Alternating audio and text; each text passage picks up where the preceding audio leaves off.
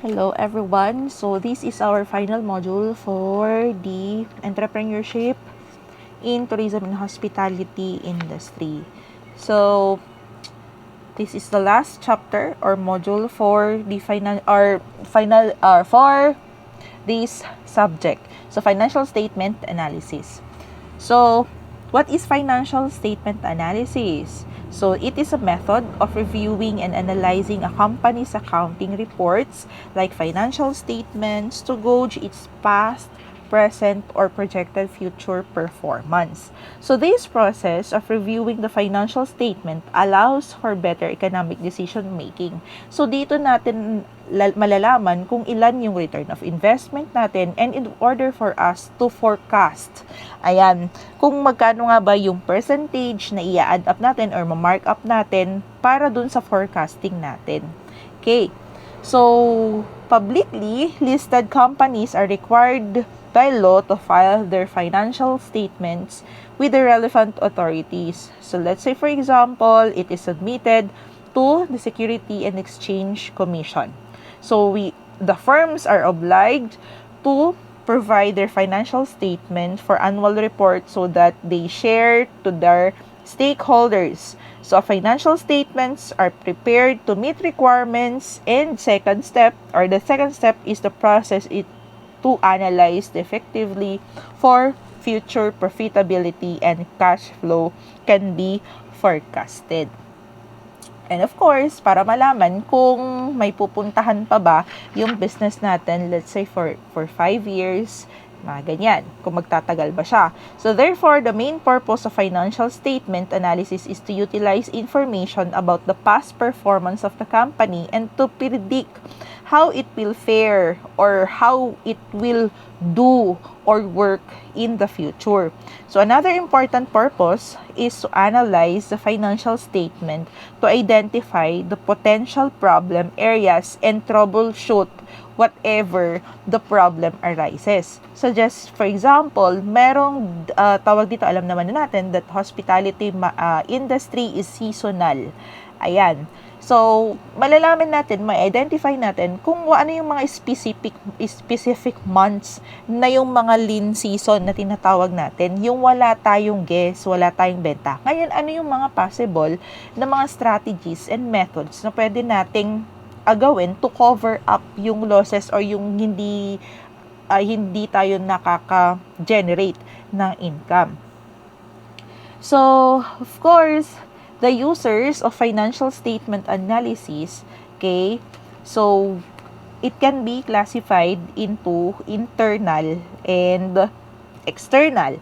So internal users refers to the management of the companies who analyzes financial statements, ayan, kung saan nanggagaling yung tawag dito, yung decision making related to the operations of the company. So on the other hand, pag sinabi naman natin external users, ayan, so ibig sabihin yung mga investors natin, creditors natin, also our employees, customers, ayan, or general public na may kinalaman doon sa operations natin or doon sa business natin. So, management, we have the management, we have the owners, ayan, we have investors, creditors, yan, the government itself, employees, customers, and the general public. So, we have methods of financial statement analysis. So, meron tayong tinatawag na horizontal analysis. So, it is a comparison of financial information of a company with historical financial information of the same company over several reporting methods. So, let's say, for example, 2 years ago or 1 year ago. Yan. So, or as a basis, magiging basis natin siya kung ilan yung i-mark up natin, kung ilang percentage. Yan. So, it can be based on the ratios derived from the financial information over the same time span. So, the main purpose is to see if the number are high or low in comparison to the past records. So, which may be used to investigate any causes of concern. So, for example, Ayan, a certain expenditures that are high currently but well under the budget, yan, is in previous years may cause the management to investigate the cause of rise in cost. Ayan, bakit kaya nagmahal? Okay, so or maybe kung masyado ng mahal yung tawag dito, yung expenditures natin or yung mga expenses natin, ano kaya yung reason? Baka kailangan naman na nating magpulit ng suppliers or baka kailangan naman na nating palitan yung tawag dito, palitan rather yung suppliers or baka kailangan natin ng proper budgeting. Okay. So these methods analyzes the simply grouping of information, sorting them by time periods, by weeks, months, and years. So the numbers in each period can also be shown in the percentage numbers expressed in the baseline. Ayan, kung kailan nag-start. Ayan. So of course, earliest is January. Ayan, because closing ng book natin is December. So the amount given in the baseline year is usually 100%. So this analysis is also dynamic analysis or trend analysis. So in horizontal analysis, can be performed in 1 to 2 different methods. Like yung tinatawag nating absolute comparison and percentage comparison. So, yan. So, pag sinabi nating absolute comparison in horizontal analysis, one way of performing horizontal analysis, ayan, amount or absolute currency amounts of some items over a period of time. So, for example, in other hand, at the end of accounting period can be compared to other accounting periods. So, these methods identify the items which are changing the most. Kung ano ba yung tawag dito, ano ba yung mga nabebenta, ano ba yung tawag dito, yung hindi na masyadong nabebenta, or somehow yung kailangan na natin palitan. Ayan, doon sa operations natin. Then we have the percentage comparison. So, of course, when we say percentage, is that it is the absolute currency amount are converted into percentage for comparison. So, for example, the change in cash or from 5,000 pesos to 5,500 pesos. So, ibig sabihin, nag-mark up tayo. For example, tumaas ngayon. So, ibig sabihin, meron tayong 10%. Okay, so it increases by 10%. So, in our report, it can be reported as 110%, which means the cash is 110% of cash at the end of previous accounting period. Kasi nga nagtaas tayo, nag-mark up tayo ng about 10%. So this method is useful when comparing the performance of two companies in the different scales or sizes. So dito naman na natin, or in this situation, na compare natin in terms of pricing. Ayan, or pricing methods. Ayan, nung different with the different companies in the same or with the same product. Okay, the advantage and disadvantage of horizontal analysis. So when the analysis is conducted for the financial statement, at the same time, the complete impact of operational activities can be seen in the company's financial condition during period or under review. So this is clear that advantage of using horizontal analysis, as the company can review its performance in comparison to the previous periods to gauge which or para malaman natin yung basis nung tawag dito, kung ilang percent, ayan, yung taas, ayan, or yung adjustment natin from the previous years. For the disadvantage, ayan, the disadvantage of horizontal analysis, is that the aggregation or aggregated information expressed in financial statement may change over time, and it will cause variances to creep up the account balances are compared across periods. So, yun. So, horizontal analysis can also be used to misinterpret results. So, it can be manipulated to show comparisons across periods, and which would make the results appear stellar for the company. So, for instance, if the profits of this month are only compared with those of the last month, they may appear outstanding. Bakit? Kasi maliban natin kung lean season lang talaga, kaya siya kasi pag once na i-compare natin, for example, yung tawag dito, yung rainy season natin versus yung susundan niyang month, which is the summer season or the sunny season or the summer season. So, ibig sabihin, it is not, tawag dito, yun na yung isang disadvantage kapag pinag-compare natin yung dalawang magkasunod or yung months na yun. Kasi alam naman din natin na hindi siya possible. Kasi nga, given na wala tayong guess in that season versus doon sa peak season natin. Okay, so let's proceed with the vertical analysis. So, vertical analysis is conducted on financial statement for a single time period only. So, each item of the statement is shown as the base figure to another item. So, typically, this analysis means that every item in an income or loss statement is expressed as percentage of gross sales, while every item on the balance sheet is expressed on the percentage on the total asset had been by the firm.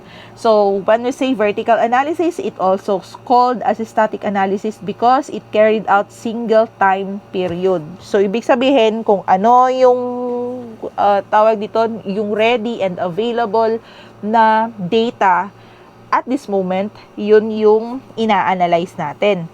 So, advantage and disadvantage of vertical analysis. So, it requires financial statement for a single reporting period, and it's useful for inter-firm and interdepartmental comparison of performance, as one can see relative proportion and account balance. So, no matter the size of business or department. Kasi nga, di ba, hindi na natin kailangan kumuha pa ng mga data from the previous.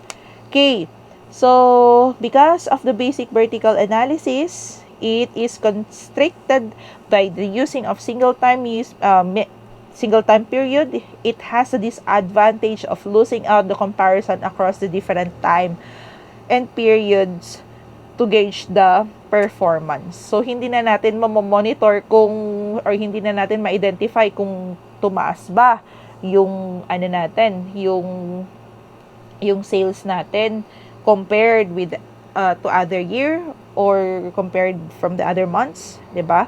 So, this can address by using the conjunction with timeline analysis. So, for instance, the cost of sales come out with only 30% of sales each year in past. But this year, the percentage comes out for the 45% and it would be cause of concern. So, kung lang natin, tawag dito. So, ang pwede lang natin, dito, or a big example is that, yung return of investment natin. Ayan, a 3-year period. Okay. So, key financial statement and how they are analyzed. So, the main type of financial statement are balance sheet, income statement, and statement of cash flows. So, these accounting reports are analyzed to aid economic decision-making of a firm and also predict the profitability and cash flows. So, pag sinabi nating balance sheets, it shows the current financial position of a firm at a single point of time and also called the statement of financial positions. So, we have the two sides of balance sheets. So, we have the assets is equal to liabilities plus shareholders' equity. Ayan, or yung ating capital. Then, ayan, main items for balance sheets, we have the current assets. Pag sinabi nating current assets, this refers to cash or cash equivalents like yung mga marketable securities, inventories, and accounts receivables. Okay. Then we have also the long-term assets. So when we say long-term assets, these are non-current assets. So it includes fixed assets like plants, equipments, machinery, ayan, or property, yung mga buildings, ayan, yung mga cars. So a firm records the depreciation of a fixed and long-term assets every year. So kailangan natin i-identify. So total assets is, ayan, current assets plus book value of long-term assets. Yan. So, then we have the current liabilities. So, when we say current liabilities, it is the obligation that are due in less than 1 year. So this includes accounts payable, deferred expenses, and also notes payable. Or in short, yung mga utang natin sa out of the budget doon sa business natin. Okay. When we say long-term liabilities, it is a firm financial payment or obligation due after 1 year. Like, yung mga 5 years, 3 years, and basta more than years. So, like loans, mga ganyan, capital lease. Okay? So, then we have also shareholders' equity. Shareholders' equity is known as the book value of equity or net worth of the firm. So, it is the difference between total assets owned by a firm and the total liabilities outstanding. It is the difference from the market value equity or yung stock market capitalization natin, which is calculated as follows: the number of shares and outstanding multiplied by the current share price. So, shareholders' equity, yung investment ng mga investors natin. Ayan. So, eto siya. An example of balance sheet. So, actually, yung pinagawa ko sa inyo, yung pina-activity ko sa inyo, parang ganito lang din siya, kung mapapansin ninyo. So, ganito yung example na pinagawa ko sa inyo. Okay. So, balance sheet analyzes the obtain some key ratios of the firm to the point of time. So we have debt minus equity ratio, or debt equity ratio is equal to total debt over or divided by total equity. Pag sinabi nating debt equity ratio, it is the leverage ratio. It is calculated to assess the leverage or gearing of a firm to show how much it relies on debts to finance the activities. So, for example, tawag dito yung ano natin, yung sa cash flow natin. Ayan. So, kung makikita natin na puro naman halos wala na tayong nagiging asset, wala na tayong nagiging revenue, nagiging ano na lang din, nagiging debt or nagiging nagiging utang. Ayan. So, it pertains implications, the financial health of the firm and risk in return of its shares. Ayan, debt equity ratio. For example, ayan, the total liabilities of a company is 1,089,000 pesos and the total shareholders equity is 5,397,000. Ibig sabihin, our debt equity ratio is 20%, 20.18%. Ayan. Then we have the current ratio. Bakit? Ayan. The current ratio. Okay. So, current ratio is equal to current asset divided by current liabilities. So, for example, ayan, total current asset of the company is 831,000 and the total current liabilities of a company is 825,000. Ibig sabihin, the current ratio is 1.1, ayan, times. Then we have the quick ratio. So, it measures the company ability to meet its short-term obligation in the most liquid assets and therefore excluded inventories from the current assets, or yung tinatawag nating acid test ratio. So, to know or to get the quick ratio, so we have cash, marketable securities, and account receivables over current liabilities. Ayan. So, we have here the example. Then we have the income statement. So the purpose of income statement is to report the revenues and expenditures of firms over a specific period of time. So it was previously called the profit and loss account. So the general structure of the income statement with major components as follows. So yan, cost of goods sold, gross profit, ayan, selling general administrative costs, research and development equals earning before, ayan, interest and amortization, depreciation, earnings. Okay. So, we have, ayan, yung ano natin, is equal to net income. So, kung ano man yung makuha nyo dyan, yun na yun. So, for example, ayan, ito siya. Yung example natin ng tawag dito, income statement for the year ended December 31, 2019. Sales revenue, we have, cost of goods sold, ilan yung natin, yung nabenta natin. Gross profit, ibig sabihin, i-minus lang natin, 25 million minus 19,568 equals, ayan. Tapos, natin, selling general administrative costs, minus natin yan. So, ilan na lang? So, we have, and then, i-minus din natin, research and development. Yan. So, magkano na lang? We have 4,062,900. And then, minus ulit natin depreciation and amortization. Ayan. Kung tumaas. Yan. Earnings before interest and taxes. Ilan? And then, interest expense.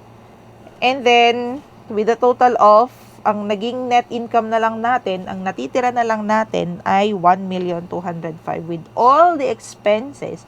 Lahat ng natin, ang return of investment natin or net income natin ay 1.2 million. Okay, earning per shares. How do we compute? So, net income over shares outstanding. Yan. So, net profit margin. Okay, profitability ratios. How do we get profitability ratios? Okay, so we have, for example, number 1, we have net profit margin. The ratio calculates the amount of profit of the company has earned over taxes and all expenses. How do we get that? So, net income over net sales. Then we have second one, return of assets or ROA. So this ratio shows the percentage of profits of the company earns in relationship to on its overall resources. So to get the return of assets, net income over average of total assets. Then return of equity. So to get that, net income over book value of equity. So, the valuable ratios. How do we get? Ratio is equal to market capitalization over net income equal to share over earnings per share. Then, third one, the cash flow. Okay. Cash or statement of cash flows.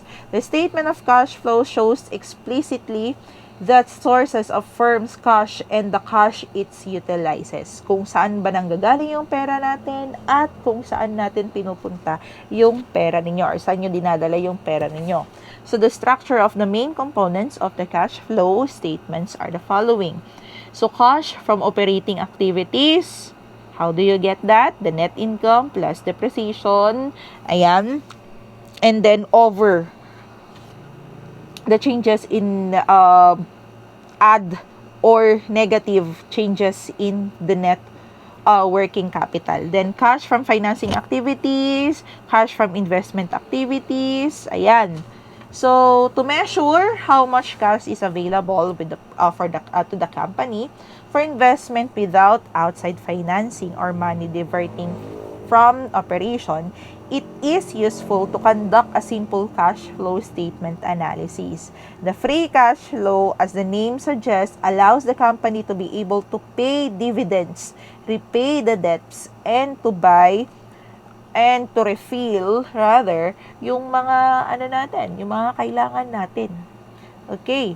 So, the excess cash produced by the company or the free cash flows is calculated as follows. Ayan. Net income, amortization, minus changes in working capital minus capital expenditure equals free cash flow. Other financial information, business operation review, the statement of change in shareholders' equity. So we have two types of changes expressed in statement of change in shareholders' equity. The changes arises from the transactions conducted by the shareholders of the company. So for example, issuing new shares, paying dividends, purchasing treasury stock, and issuing bonus or etc. So changes of the results of alterations and comprehensive income of the company. So it changes might through reevaluation of the fixed asset, net income of the period. Ayan. Kasi syempre, di ba, nag-i-invest naman tayo, tumadami naman, nag-expand naman yung business natin. So, ibig sabihin, nagkakaroon ng re-evaluation kung magkano na yung natin, yung stocks natin, mga ganyan. Notes for financial statement. Ayan. Notes that show the basis for presentation, advise significance for accounting policies, valuing inventory, depreciating assets, intangible assets, disclosure of subsequent events and employees' benefits, and to reveal contingency plans. Ayan. Problems of financial statement analysis. Okay. So, meron tayong issue regarding that. So, it can interfere, yan, how the results are interpreted. Like, comparability between companies. Diba? So, one of the big issue, ayan, for analyzing, diba? Nakakompare natin, bakit yung ganito, yung sa amin, bakit ganyan. Okay, comparability between periods. So, it changes the account where financial information is stored, maybe school for the result of financial statement analysis from one period to another, or of course with a different time. And yan, financial, okay, operational information. Okay, so it analyzes, so do not take into account with the operational information of the company, and it only financial information is analyzed and reviewed. Kung magkano lang yung tawag dito pumapasok. Pag nakikita natin doon sa cash or doon sa financial statement natin na yes, tumataas yung natin, yung profit natin, nagkakaroon tayo ng return of investment. Pero hindi kasi natin na pre-predict din kung ano pa ba yung mga kulang doon sa business natin. Baka mamaya meron na pala tayong backlog doon sa mga operations natin internal. Ayan. So, that's the end of our discussion. So, if you have question, you can just message it on our Telegram. Thank you and mabuhay.